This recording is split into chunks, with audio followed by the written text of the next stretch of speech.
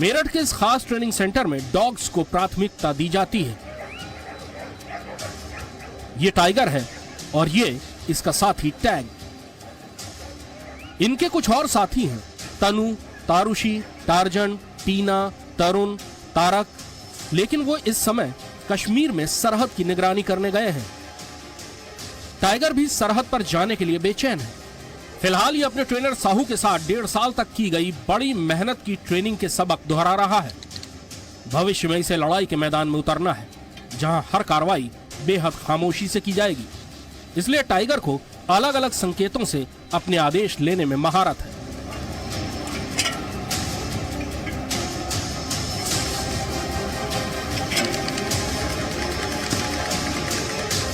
यह अपने ट्रेनर के साथ कदम से कदम मिलाकर चलता है ताकि बारूदी सुरंगों की चपेट में ना आए। पास रहने पर यह अपनी ट्रेनर की आंखों को पढ़कर कार्रवाई करता है।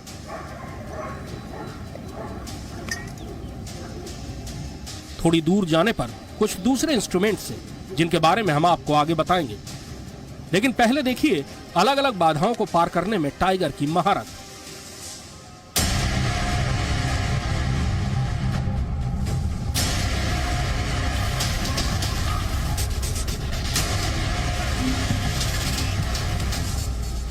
ये बैटल फिजिकल एफिशिएंसी ट्रेनिंग ठीक उसी तरह है जैसे किसी दूसरे सैनिक की होती है। फर्क केवल ये है कि ये उससे कई गुना ज्यादा मुश्किल है। लेकिन टाइगर के लिए एक खेल है जिससे वो कभी थकता नहीं।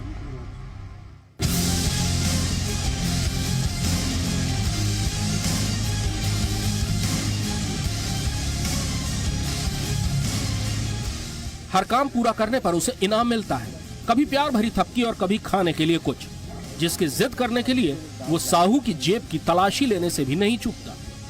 किसी डॉग के लिए सबसे मुश्किल होता है सीढ़ी पर चढ़ना उतरना और बैलेंस बनाकर 2 पट्टियों के बीच चलना।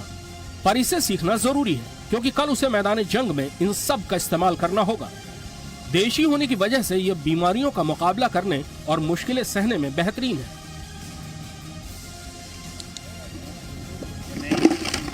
सूंघने की जबरदस्त क्षमता इसे विस्फोटकों का पता लगाने में विशेषज्ञ बनाती है। 3 हफ्ते की बेसिक ट्रेनिंग में डॉग को आदेश मानने के शुरुआती सबक दिए जाते हैं। इसके बाद 36 हफ्ते की ट्रेनिंग होती है। दिन सुबह 6 बजे शुरू होता है जब डॉग्स को उसके कैनल से बाहर निकाला जाता है। 6:30 बजे पीटी और 4 किलोमीटर की दौड़।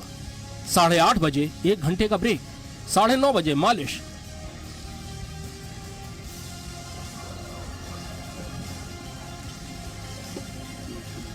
दस बजे खाना और उसके बाद लगातार अलग अलग ट्रेनिंग, जिसमें विस्फोटकों को खोजना, घुसपैठियों का पीछा करना, इलाके की निगरानी करना और हमले में सैनिकों के साथ चलना सीखना शामिल है।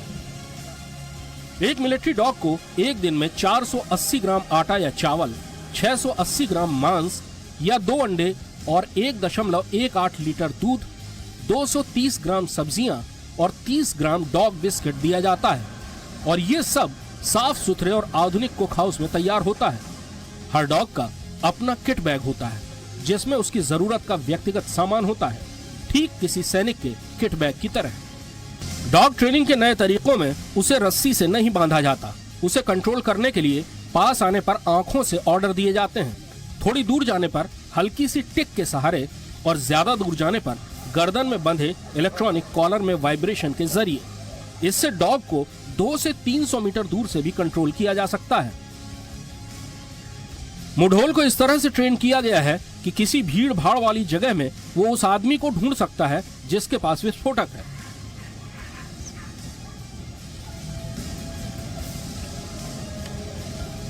लेकिन मुढोल के शो का ग्रैंड फिनाले है ये कारनामा, जिसमें सदियों से उसकी नसों में दौड़ रहे एक शिकारी का पूरा पता चलता है। ये एक बस की छत पर एक शानदार छलांग के साथ सवार होता है, सामने से कूदता है और तेज मोटरसाइकिल पर भागते दुश्मन का पीछा करता है।